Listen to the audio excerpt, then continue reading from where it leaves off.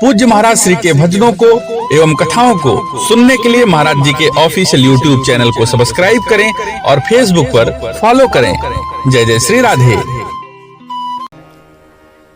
इसके बाद धीरे धीरे कुछ समय बीता है और अब लाला नंद महल में थोड़े चलने फिरने लग गए हैं। चलते कैसे हैं?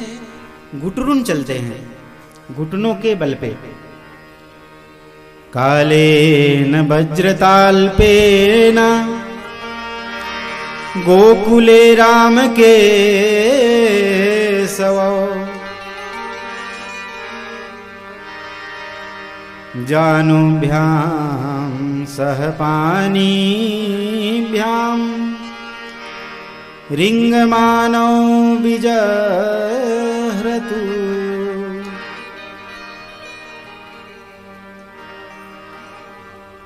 जय जय श्री राम।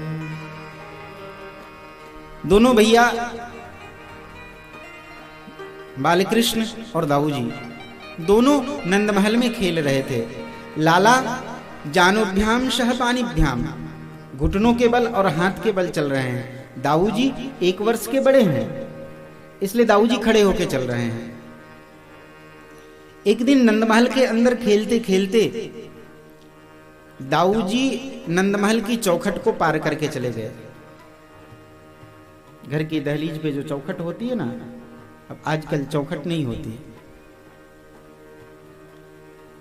पहले चौखट होती थी, ऊपर दोनों बगल और नीचे, इसको दहलीज बोलते थे। ये दहलीज, ये चौखट, ये हमारे घर की मर्यादा थी। ये मर्यादा हमारे घर के अंदर रहती थी जब तक ये चौखट थी। प्राचीन लोग चौखट को प्रणाम किया करते थे, प्रणाम करके तब फिर आगे बढ़ते थे। मैं अपने गुरुदेव के साथ भक्तिमती माता श्री मीराबाई जी का जो ससुराल है वहां गया था। जय जय श्री राधे। वहां जो अभी वर्तमान में उस कुल की जो बहुरानी थी, हम लोग गए तो उनके घर में ऐसे बैठे, उन्होंने स्वागत सत्कार किया। हम लोग जब वहां से चलने लगे, निकलने लगे, तो वो गाड़ी तक छोड़ने के लिए हम लोगों को अपने घर से बाहर चल के आई।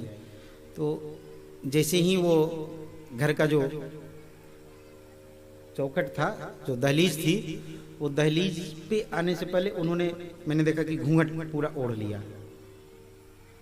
पूरा घूंघट ऐसे, जैसे घूंघट नीचे तक करते हैं, ऐसे घूंघट कर ली।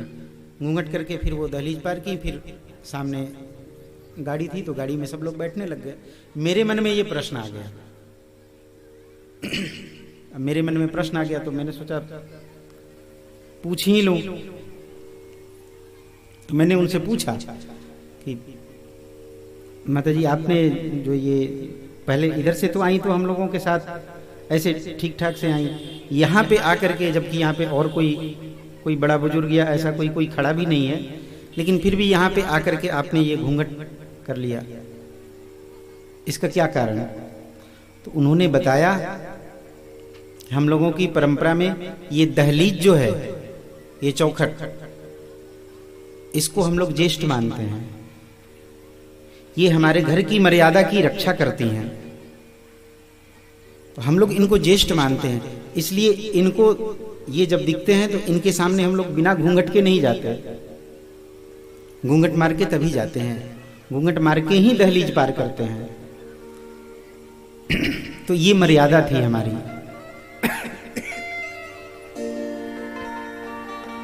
ये हमारी प्राचीन काल की मर्यादा थी। चौखट को भी प्रणाम किया जाता है, दहलीज के सामने घूंघट की जाती है, वो ज्येष्ठ हैं ऐसी भावना मन में रहती है। लेकिन आजकल तो घरों में चौखट होते ही नहीं है। वो 3 तरफ ही होता है। त्रिखट, चौखट नहीं, उसको त्रिखट बोला जाए। क्यों पंडित जी? उसको त्रिखट ही बोला जाए, चौखट तो बोल नहीं सकते उसको। तो वो त्रिखट होता है। तो त्रिखट का कोई, चलिए जिसकी जैसी मर्जी। नंदमहल के दरवाजे पे वो नंदमहल के अंदर वो चौखट जो थी, वो चौखट ऊंची सी थी। दाऊ जी 1 वर्ष के बड़े हैं, तो दाऊ जी उस चौखट को पार करके दूसरी तरफ चले गए और खेलने लगे। बालकृष्ण छोटे से हैं, घुटने के बल चलते हैं। बालकृष्ण ने अपने मन में सोचा ये चौखट कैसे पार करूं। तो बालकृष्ण ने सोचा इस चौखट के ऊपर चढ़ जाता हूं, चढ़ के आगे हाथ दूंगा तो आगे हाथ आ जाएगा, हाथ से फिर चल के और आगे निकल जाऊंगा। बालकृष्ण वो चौखट के ऊपर अपने पेट के बल चढ़े, हाथों का सहारा लेके पेट के बल चढ़े, पेट को चौखट पे टिकाया और चौखट पे टिकाकर आगे की ओर हाथ डाला। जैसे ही नीचे हाथ डाला तो हाथ जमीन को नहीं छुआ और पीछे से पैर उठ गया। अब पेट के बल कछुए की भांति लाला उस चौखट पर लहराने लग गए। जोर जोर से चिल्ला चिल्ला कर रोने लग गए। नारद जी आकाश मार्ग से जा रहे थे। नारद जी ने देखा और नारद जी लाला को देखकर कहने लग गए, प्रभु अरे 3 पैर पृथ्वी जामे बलि लियो छल, और यहाँ चौखट न लांघी जाए रहियो सो मचल। नंद यशोदा के द्वार प्रेम नदिया की सदा उल्टी बहे धार। कौन पावे को पार, प्रेम नदिया की सदा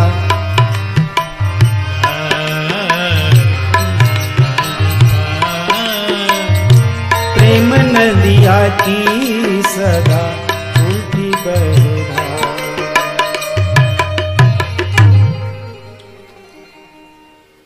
नारद जी ने कहा, प्रभु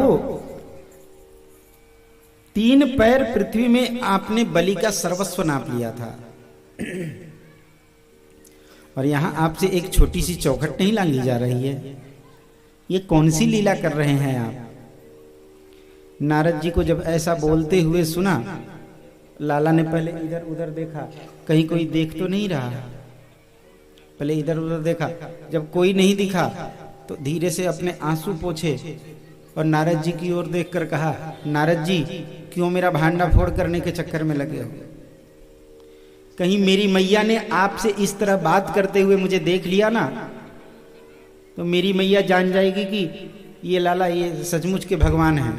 और मैया कहीं जान गई कि ये भगवान हैं तो आज के बाद मुझे ये माखन मिश्री खिलाना, दूध पिलाना, ये सब छोड़ देगी, सीधे ले जाके एक कोने में बैठा देगी और रोज धूप बत्ती जला करके, आरती की बाती जला करके और खड़ी हो जाएगी, सुख संपत्ति घर आए, कष्ट मिटे तन का।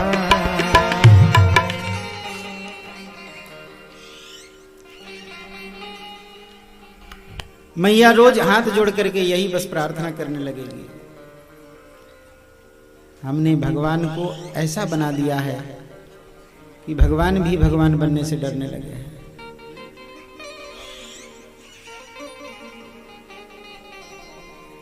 हम अपने मन में विचार करें, भगवान कहते हैं नारद जी, अगर मैया जान गई तो वो भी मेरी पूजा करने लग जाएगी। कैसे पूजा करते हैं लोग? भगवान को क्या भोग लगाते हैं? मिश्री, हाँ? मिश्री और बादाम भोग लगाते हैं जी। आप रोज मिश्री और बादाम ही खाते रहते हैं?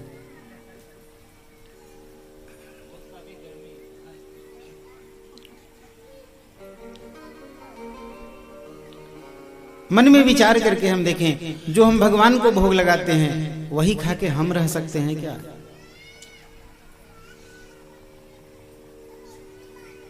अपने मन में कभी विचार किया है?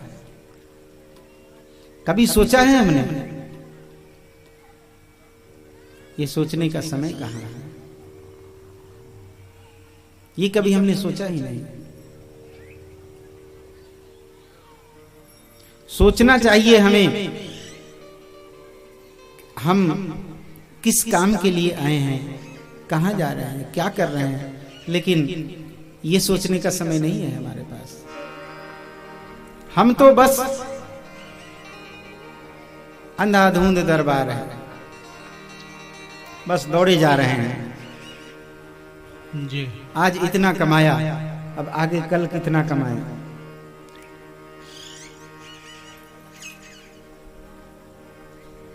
बेंजो बजाने से अब काम नहीं चलने वाला, इसलिए प्रधानी का चुनाव लड़ना जरूरी है।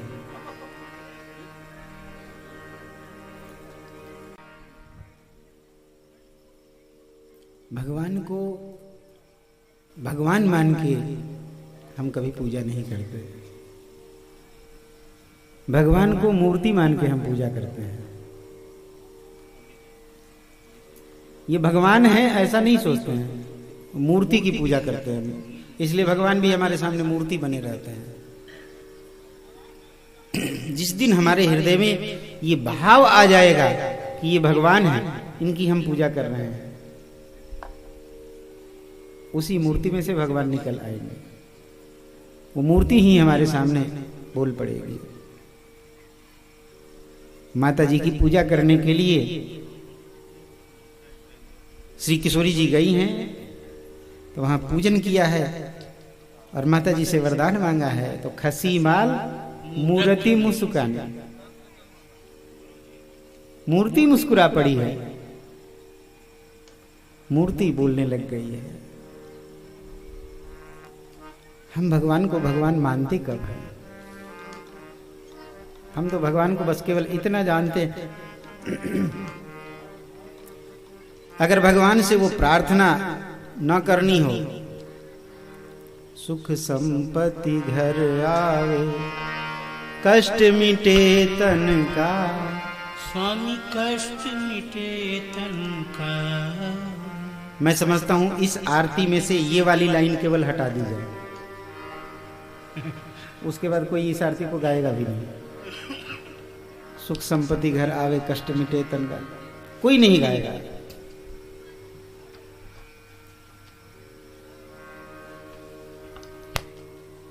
बस केवल इसी के लिए हम भगवान को पूजते हैं, भगवान को इसी के लिए मानते हैं। भगवान की पूजा हम हृदय से करें, उनसे प्रेम हम हृदय से करें। उनसे ये कहने की जरूरत नहीं पड़ेगी कि सुख संपत्ति घर आवे, वो अपने आप भेजेंगे। कहने की जरूरत नहीं पड़ती।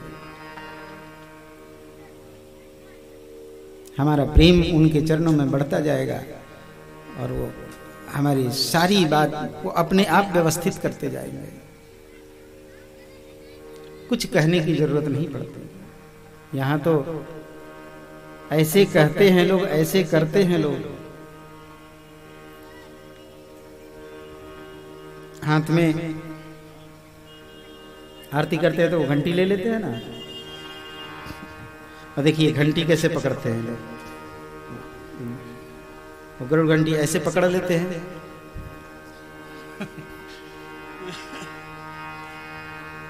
तन मन धन सुख संपत्ति सब कुछ है तेरा। मतलब ये तन मन धन सुख संपत्ति सब कुछ है तेरा, सब कुछ है तेरा, लेकिन वहां ध्यान रखो मिलेगा कुछ नहीं।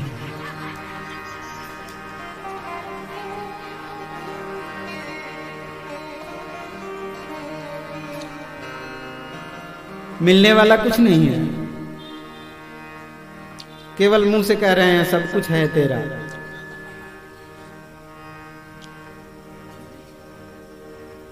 ये तो भगवान की पूजा होती है। भगवान को भगवान मान के पूजते ही नहीं हम। भगवान को भगवान माने।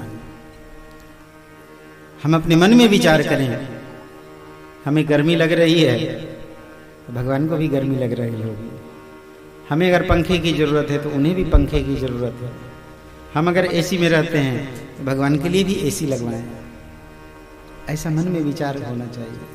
हमें सर्दी लगती है, हम कंबल ओढ़ते हैं तो उन्हें भी कंबल उड़ाना चाहिए। हम चादर ओढ़ते हैं तो उन्हें भी चादर उड़ाएं। ये सब भावना, ये सब विचार, जब भगवत तत्व हम जानेंगे, जब उन्हें भगवान मान के पूजा करेंगे, तब हमें समझ में आएगी। उन्हें पत्थर की मूर्ति, अष्टधातु की मूर्ति मान के पूजा करेंगे तो फिर मूर्ति कहीं बोलती थोड़ी ही है। मूर्ति तो मूर्ति ही बनी रह जाएगी। जीवन भर पूजते रहो, उससे कोई फायदा नहीं। इसीलिए तो कबीर जी ने कहा, पत्थर पूजे जो हरि मिले तो मैं पूजूं पहाड़। पत्थर के पूजने से अगर भगवान मिल जाते हैं तो छोटे से पत्थर को पूजने से क्या फायदा। चलो पहाड़ की पूजा की जाए। पत्थर को पूजने से भगवान नहीं मिलते। भगवान तो मिलते हैं भगवान को पूजने से। भगवान को भगवान मान के हम पूजा करें उनकी। जय जय श्री राम। नारद जी को समझाया है, वहां मैं भगवान था, यहां तो मैं यशोदा मैया का नन्हा मुन्ना कन्हैया हूं, इसलिए ये चौखट नहीं पार कर सकता। मैया आई है, मैया ने लाला को गोद में लिया, लाला को अपना वात्सल्य रसपान करवाया, चुप करवाया है। पूज्य महाराज श्री के भजनों को एवं कथाओं को सुनने के लिए महाराज जी के ऑफिशियल यूट्यूब चैनल को सब्सक्राइब करें और फेसबुक पर फॉलो करें। जय जय श्री राधे।